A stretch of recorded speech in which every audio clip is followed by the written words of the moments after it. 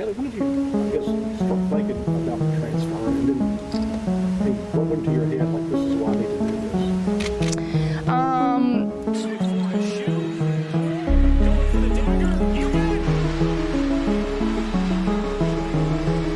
It's like the energy that the coaches coach with, the energy Coach Mulkey brings to the court. In year 2 has orchestrated a turnaround for the ages. The energy the assistants bring to the court, the energy of the girls, the attitude the girls play with. I think, the culture of the team really drew me in. But LSU has captured its very first national championship. man, I want to play on that team. The LSU Tigers were the shock story of college sports last year, upsetting Iowa in the national championship game in emphatic fashion, spotlighting the women's college basketball scene on a level never seen before. However, the message after this off-season for Kim Mulkey's squad is clear: we're not done at 1. After the marquee transfer additions of Louisville stud Hailey Van Lith and scoring phenom from DePaul Aneesah Morrow, the Tigers look absolutely primed to make another run at the chip.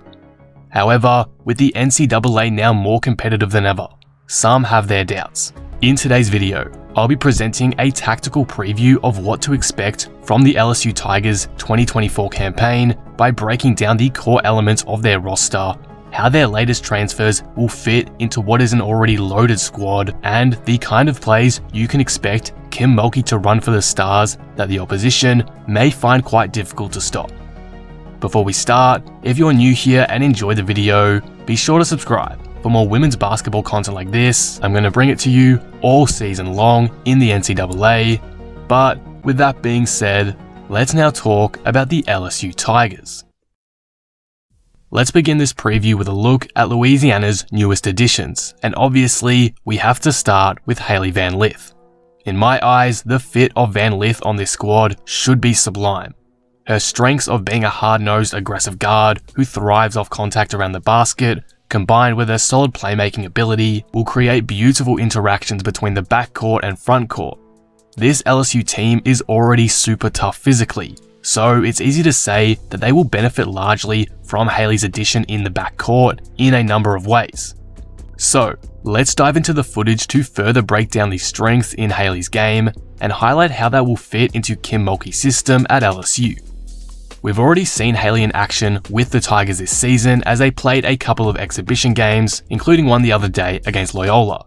Whilst the gap between these two teams is obviously significant and the sample size is tiny, there were still some clear signs for what we can expect Van Lith's role to be in Louisiana. Firstly, Mulkey has recognized Van Lith as an elite off-ball asset, not being required to have the ball in her hands regularly to make an impact offensively.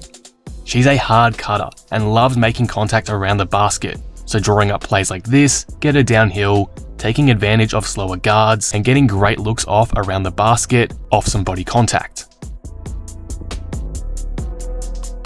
Or imagine a play like this one, but with Angel Reese being the ball handler in this situation. There's undoubtedly going to be space like that on the regular for Hailey to cut into and score from. Furthermore, these kind of tiki-taka style plays between have been enormous too, particularly when it comes to understanding the game state. She's had some major technical breakthroughs.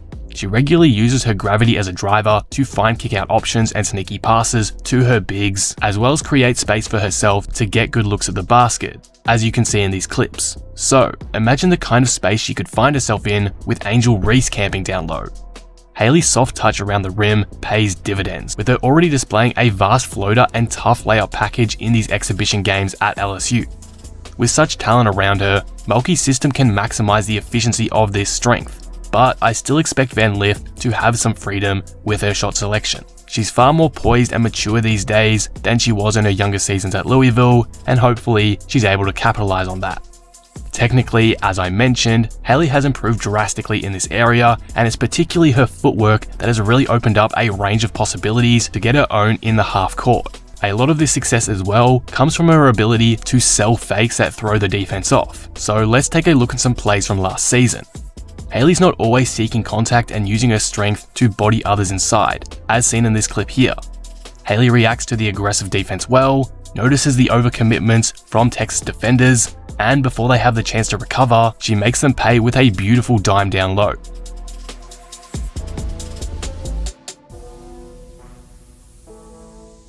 And here, she sells the jab brilliantly against the Drake defender, getting her off balance, so she dives into the space created to unleash the tough mid-range jumper. This ability has made her such an unpredictable player to guard, and it will surely continue next to the stars of Reese and Morrow this season. Her body control has vastly improved, her decision making is so much better, her change of pace in a split second on drives puts her defenders in shambles. I mean, just the leap she's taken from season to season prove her hard work is paying off. There have been some takes about LSU being a quote-unquote super team with Hailey Van Lith on the roster, and while I do believe those are quite an overreaction, it is hard to deny how smoothly Van Lith will slide into this lineup. It's her final year of college, so Hailey will want to climb the draft ranks, and I think there's no better place to maximize her strengths than at LSU with a coach like Kim Mulkey. She won't be required to be a regular ball handler, though she can be utilized in that way occasionally, and the gravity from stars like Angel Reese will make getting to her spot so much easier. This addition is incredibly exciting to me, so I cannot wait to see how it pans out. There is another significant transfer addition to this team though, and that's Aneesah Morrow from DePaul. To add a level of scoring talent to the backcourt of a defending championship team is genuinely insane, and on paper, puts LSU in a prime position to defend their title. She's been a scoring phenom at DePaul the past 2 years, averaging nearly 26 points per game last season, as well as 12 rebounds. For someone listed as a taller guard, that's extremely impressive. For a team that absolutely dominated the glass last year, bringing that level of tenacity and energy on the glass with Reese already there should excite the Tigers fan base. As you can see from some of the clips here, Morrow can be used in a variety of ways in the LSU system thanks to her height and versatile skill set.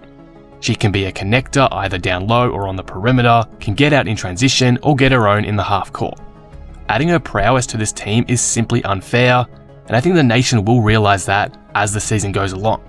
Obviously, Hailey Van Lith took a lot of the spotlight as the big transfer addition to LSU, but I think Morrow is equally as massive for them. I expect Kim Mulkey to give her plenty of mid and low post entries, as Morrow's quick spin off these allows her to get to the basket smoothly and with little contest. However, Morrow's also shown the capability to shoot from range too, so I don't expect there to be a big clash between her and Reese, as she can capably space the floor when needed.